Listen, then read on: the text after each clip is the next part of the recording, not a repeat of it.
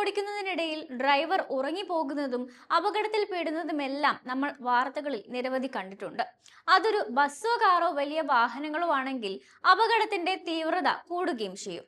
എന്നാൽ 33,000 അടി ഉയരത്തിൽ പറക്കുന്ന വിമാനത്തിന്റെ പൈലറ്റ് ഉറങ്ങിപ്പോയാൽ എന്തായിരിക്കും സംഭവിക്കുക എന്ന് എപ്പോഴെങ്കിലും ചിന്തിച്ചിട്ടുണ്ടോ?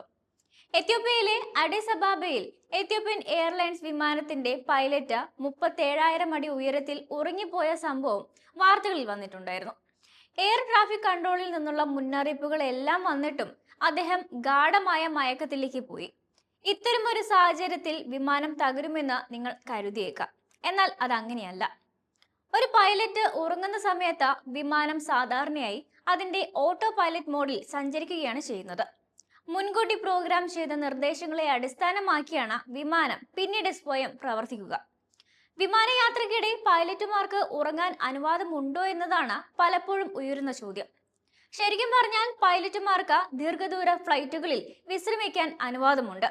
ചില സമയങ്ങളിൽ പൈലറ്റിന് ക്ഷീണം തോന്നിയാൽ ഹ്രസ്വദൂര ഫ്ലൈറ്റുകളിലും ഉറങ്ങാൻ സാധിക്കുമെന്നാണ് പറയുന്നത്. എന്നാലും കർശനമായ ചില നിയന്ത്രണങ്ങൾ ഇവയിൽ ഏർപ്പെടുത്തിയിട്ടുണ്ട്. മാത്രമല്ല, എയർ ട്രാഫിക് കൺട്രോൾ വിമാനത്തിന്റെ തുടർച്ചയായ മേൽനോട്ടം നിലനിർത്തുകയും അവരുടെ നിർദ്ദേശങ്ങൾക്ക് മുൻഗണന നൽകുകയും ചെയ്യുന്നു. ആധുനിക വിമാനങ്ങളിലുള്ള ഒരു ഫീച്ചറാണ് ഓട്ടോ പൈലറ്റ് മോഡ്. ചില പ്രത്യേക സാഹചര്യങ്ങളിൽ പൈലറ്റുമാർ ഇത് ഉപയോഗിക്കാറുണ്ട്. സാധാരണഗതിയിൽ ടേക്ക് ഓഫിന് ശേഷം ഒരു നിശ്ചിത ഉയരത്തിനെത്തിയതിനു ശേഷം കാലാവസ്ഥ വ്യക്തവും സുരക്ഷിതമാകുമ്പോൾ പൈലറ്റുമാർ ഓട്ടോ പൈലറ്റ് ഉപയോഗിക്കുന്നു. ഓട്ടോ പൈലറ്റ് ഫീച്ചർ ആക്ടിവേറ്റ് ചെയ്ത് കഴിയുന്നതോടെ പൈലറ്റുമാർ ആദ്യം വിമാനത്തിന്റെ ചലനങ്ങൾ നിരീക്ഷിക്കുന്നു. വിമാനത്തെ ലക്ഷ്യസ്ഥാനത്തേക്ക് നയിക്കുന്നതിന് ഈ കമ്പ്യൂട്ടർ സംവിധാനത്തിന് ഉത്തരവാദിത്തമുണ്ട്.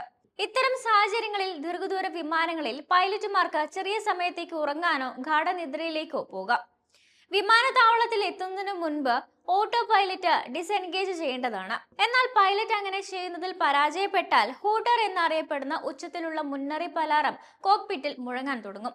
വിമാനം ലക്ഷ്യസ്ഥാനം കടന്നതായി പൈലറ്റിനെ അറിയിക്കുന്നതിനാണ് ഈ അലാറം രൂപകൽപ്പന ചെയ്തിരിക്കുന്നത്. കൂടാതെ എയർ ട്രാഫിക് കൺട്രോൾ ആവർത്തിച്ചുള്ള മുന്നറിയിപ്പുകൾ അയക്കുകയും ചെയ്യും. ഹൂട്ടർ ശബ്ദം കേട്ട് പൈലറ്റുമാർ ഉടൻ തന്നെ വിമാനത്തിന്റെ നിയന്ത്രണം വീണ്ടെടുക്കും.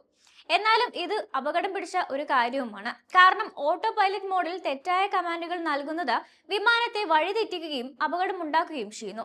542 പ്രാദേശിക അന്തർദേശീയ പൈലറ്റുമാരെ ഉൾപ്പെടുത്തി ഇന്ത്യയിലെ സേഫ്റ്റി മാറ്റേഴ്സ് ഫൗണ്ടേഷൻ നടത്തിയ ഒരു പഠനം പറയുന്നത് അവരിൽ 66% ആളുകളും സഹ ക്രൂ അംഗത്തെ ഉണർത്താതെ പൈലറ്റിന്റെ സീറ്റിലിരുന്ന് ഉറങ്ങിപ്പോയിട്ടുണ്ടെന്നാണ്. യോഗ്യതയുള്ള പൈലറ്റുമാരുടെ ക്ഷാമം ഇന്ത്യ അഭിമുഖീകരിക്കുന്നുണ്ടെന്നാണ് റിപ്പോർട്ടുകൾ പറയുന്നത്. ഓരോ വർഷവും 1500 പുതിയ പൈലറ്റുമാരെ വരെ വിമാന കമ്പനികൾക്ക് ആവശ്യമായി വരാറുണ്ട്. എന്നാലും പുതുതായി നടക്കുന്ന നിയമനങ്ങളിൽ ഏകദേശം 200 മുതൽ 300 പൈലറ്റുമാർക്ക് മാത്രമേ നല്ല പരിശീലനവും യോഗ്യതയും ഉള്ളൂ എന്നാണ് റിപ്പോർട്ടുകൾ പറയുന്നത്.